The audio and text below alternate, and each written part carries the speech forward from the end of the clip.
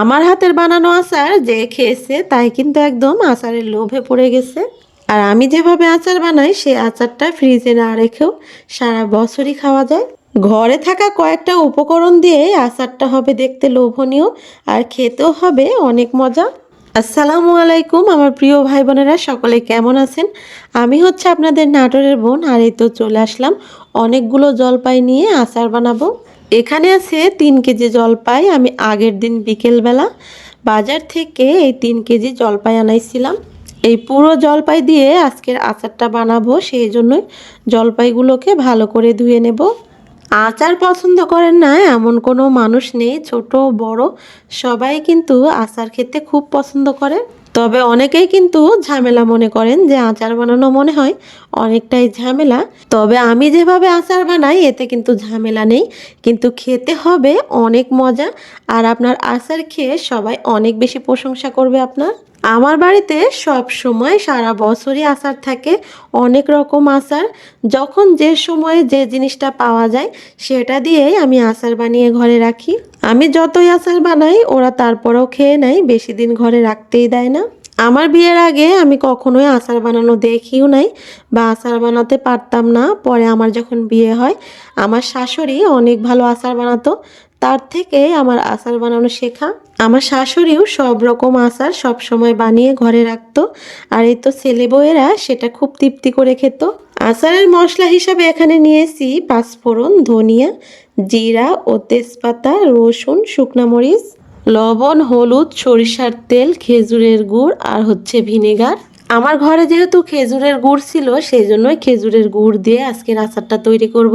চিনি দিয়েও কিন্তু এভাবেই তৈরি করা যাবে। যখন থেকে বলছি যে আজকে জলপাইয়ের আচার বানাবো তখন থেকে আমার ছেলেরা আমার কাছ থেকে সরতেই ছিল না, নড়তেই ছিল না। বলতেছিল শুধু যে আম্মু কখন আচারটা বানানো হবে। চুলার জালটা ধরিয়ে দিয়ে কড়াইয়ে দিয়ে দিলাম তেজপাতা, ধনিয়া, জিরা আর হচ্ছে পাঁচফোড়ন। এটা একটু মশমশা করে ভেজে নেব। তবে মশলাটাকে একদম পুড়িয়ে ফেলা যাবে না, এতে কিন্তু তিতা হয়ে যাবে। মশলাগুলো ভাজা হয়ে গেছে, এবার চুলা থেকে নামিয়ে নিচ্ছি। আজকে যে আচার বানাবো তার থেকে মশলার পরিমাণটা একটু বেশি নিছি। এই মশলাটা ভেজে গুঁড়ো করে রাখলে আবার যে কোনো আচার বানানো যাবে। আজকে আচারটা তৈরি করতেছি আর 3 ভাই বোন মিলেই কিন্তু আমার কাছে আছে। সবাই মিলেই তো কি যেন খাচ্ছিল, এটা মুখে দিলেই মুখটা একদম ঠান্ডা হয়ে যায়। আমাকেও বলতেছিল যে আম্মু খাবে নাকি। আমি কিন্তু আসলে এগুলা খেতে পারি না, ভালো লাগে না, পেস্টের মতো কেমন জানি লাগে। এবার শুকনা মরিচগুলো মশমশা করে ভেজে নিলাম। মশলাগুলো তো ভাজা হয়ে গেল, এবার জলপাইটাকে পানির মধ্যে সিদ্ধ করে নেব। সেই জন্য কড়াইয়ে দিয়ে দিচ্ছি পানি। এবার পানিটার মধ্যে দিয়ে দেব সবগুলো জলপাই। আমি চুলার পাড়ে রান্না করতে গেলে হাসানটা অনেকটাই বিরক্ত করে। এই তো আগুন নিয়ে খেলা করে, কথা বললেও শোনে না। এই তো হাসানের গায়ে গরম পানি গিয়ে ছিটকে পড়ছে আর হাসানের একটু গরম লাগছে। তবে বেশি গরম যেহেতু পানি হয়েছিল না সেই জন্য সেরকম গরম লাগে নাই। আর সব সময় আগুন নিয়ে খেলা করতেছে। ওদিকে চুলার উপরে কিন্তু আমার জলপাইটা সিদ্ধ হচ্ছে, আর এই ফাঁকে আমি মশলাগুলো পাটায় গুঁড়ো করে নেব। ব্লেন্ডারেও গুঁড়ো করা যেত, তবে যেহেতু আমি পাটায় সব রকম মশলা করি সেই জন্য পাটায় করে নিচ্ছি। আর ওদিকে আমার হাসানের মজাটা দেখুন, চুলায় তো শুলা দিচ্ছিল, আগুন ধরাচ্ছিল, এটাই হচ্ছে ওর কাজ। পাটায় বেটে গুঁড়ো করতে মশলাগুলো অনেকটা টাইম লাগলো। এই তো বেশি গুঁড়ো করি নাই, এরকম করে গুঁড়ো করে নিছি। আমি সব সময় মশলাটা এভাবে গুঁড়ো করি, একদম মিহি করার দরকার নেই। আর এই মশলা থেকে যে একটা ঘ্রাণ আসতেছে এতেই কিন্তু আচারটা অনেক বেশি লোভনীয় ও অনেক বেশি ঘ্রাণ আসবে। পানি ছাড়াই আজকের মশলাগুলো বেটে নিলাম। এখানে রসুনগুলো পানি ছাড়াই বেটে নেব। রসুনগুলোও বাটা হয়ে গেছে, এবার এই তো উঠিয়ে নিচ্ছি পাটা থেকে। পানি ছাড়া পাটায় রসুন বাটতে গিয়ে অনেকগুলো পাটায় লেগে আছে। এই তো আস্তে আস্তে সবগুলো উঠিয়ে নেব। আচারের জন্য মশলা একদম রেডি, এখন শুধু জলপাইগুলোকে সিদ্ধ হলে নামিয়ে নেব। চুলার জালটা যেহেতু সুন্দরভাবে জ্বলতেছিল, মশলা বাটতে বাটতে আমার এই তো জলপাইগুলো খুব সুন্দর সিদ্ধ হয়েছে।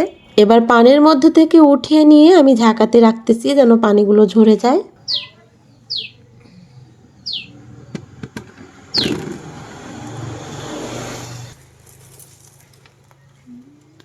সবগুলো জলপাই উঠিয়ে নিলাম, আর অনেকগুলো জলপাই এত সুন্দর সিদ্ধ হয়েছে, ফেটেও গেছে। আচার বানানো দেখতে দেখতে হাসানটা অনেকটাই বিরক্ত হয়ে গেছে, ওর আর অপেক্ষা করতে ভালো লাগতেছিল না। শুধু বলতেছিল যে আম্মু তাড়াতাড়ি বানাও আচারটা। আমি যেহেতু বিকেল বেলায় আচারটা বানাতে আসছি, সেই জন্য সন্ধ্যা হয়ে আসতেছে খুব তাড়াতাড়ি। আর এখন তো ছোট দিনের বেলা, খুব তাড়াতাড়ি আসলে দিনটা চলে যায়। জলপাইগুলো ঠান্ডা করার আর সময় পেলাম না, গরম গরমে এই তো ভেঙে নিচ্ছি।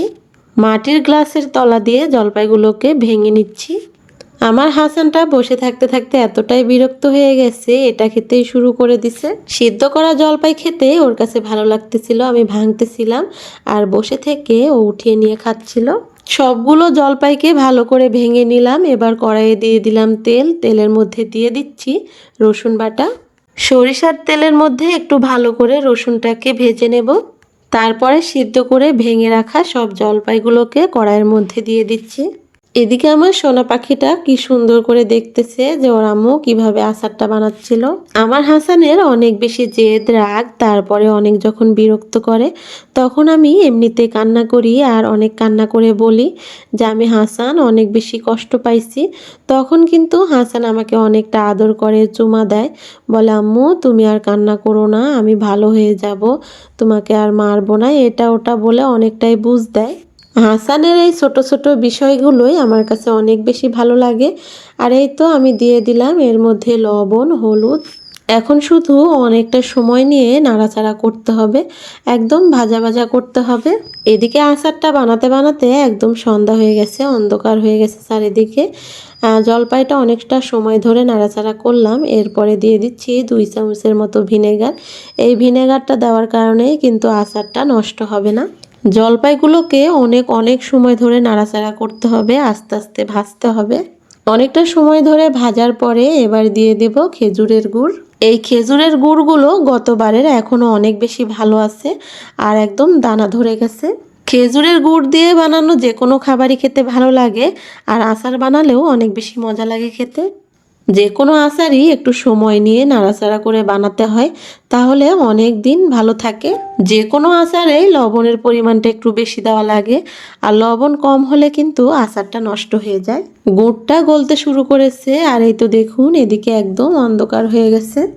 রাতের বেলাও আমার বাড়িটা দেখতে অনেক সুন্দর লাগতেছিল, আশেপাশে সব দিকেই। খেজুরের গুড়টা গলে একদমই পানি পানি হয়ে গেছে। এখন এটাকে অনেক সময় ধরে নেড়ে চেড়ে একদম শুকিয়ে ফেলতে হবে। আচারটা প্রায় হয়ে আসতেছে, এখন এর মধ্যে দিয়ে দেব গুঁড়ো করা মশলাগুলো। আচারের কালারটা দেখেই মনে হচ্ছে অনেক বেশি মজা হয়েছে খেতে। আসলে প্রিয় ভাই বোনেরা, আচারটা অনেক বেশি মজা হয়েছে। আচারের জন্য আসলে অন্য কোনো মশলার প্রয়োজন হয় না, এই কয়েকটা মশলা দিয়ে আচার হয় দুর্দান্ত খেতে। মশলা থেকে অর্ধেকটা মশলা আমি দিয়েছি আর অর্ধেক পরিমাণে মশলা রেখে দিছি। আর এই তো রাত হয়ে গেছে, তারপরেও নাড়তে আসি আচারটাকে। আচারটা যত বেশি ভাজবো ততটাই মজা হবে আর অনেক দিন পর্যন্ত থাকবে। আর এখন হচ্ছে সকালবেলায়, এই তো দেখুন আমার আচারগুলো একদম শুকিয়ে গেছে। আচারটা যখন বানিয়েছিলাম তখন কিন্তু বেশি তেল দিছিলাম না, এখন আমি আচারটাকে একদম তেলে চুপচুপা করে রাখবো। সরিষার তেলে আচারটা ডুবিয়ে রাখলে আচারটা খেতেও যেমন মজা লাগবে, আর আচারটা এই তো সারা বছরেও নষ্ট হবে না। কাঁচা সরিষার তেলটাই আমি দিয়ে দিচ্ছি আচারে, আর আচারে কিন্তু কাঁচা সরিষার তেলের ঘ্রাণটাই বেশি ভালো লাগে। এদিকে আমার প্রিয় ভাই বোনেরা যারা আমার সঙ্গে আছেন তাদেরকেই বলতেছি যে আজকের আচার বানানোটা আপনাদের কাছে কেমন লাগলো সেটা জানাবেন, আর একটি লাইক দিতে কিন্তু ভুলে যাবেন না। আমি তো ভুলে গেছিলাম আপনাদেরকে বলতে। যে কোনো আচার কাচের বয়মে রাখলে অনেক দিন ভালো থাকে, আমি কিন্তু যে কোনো আচার কাচের বয়মেই রেখে দিই। সবাই ভালো থাকবেন, আল্লাহ হাফেজ।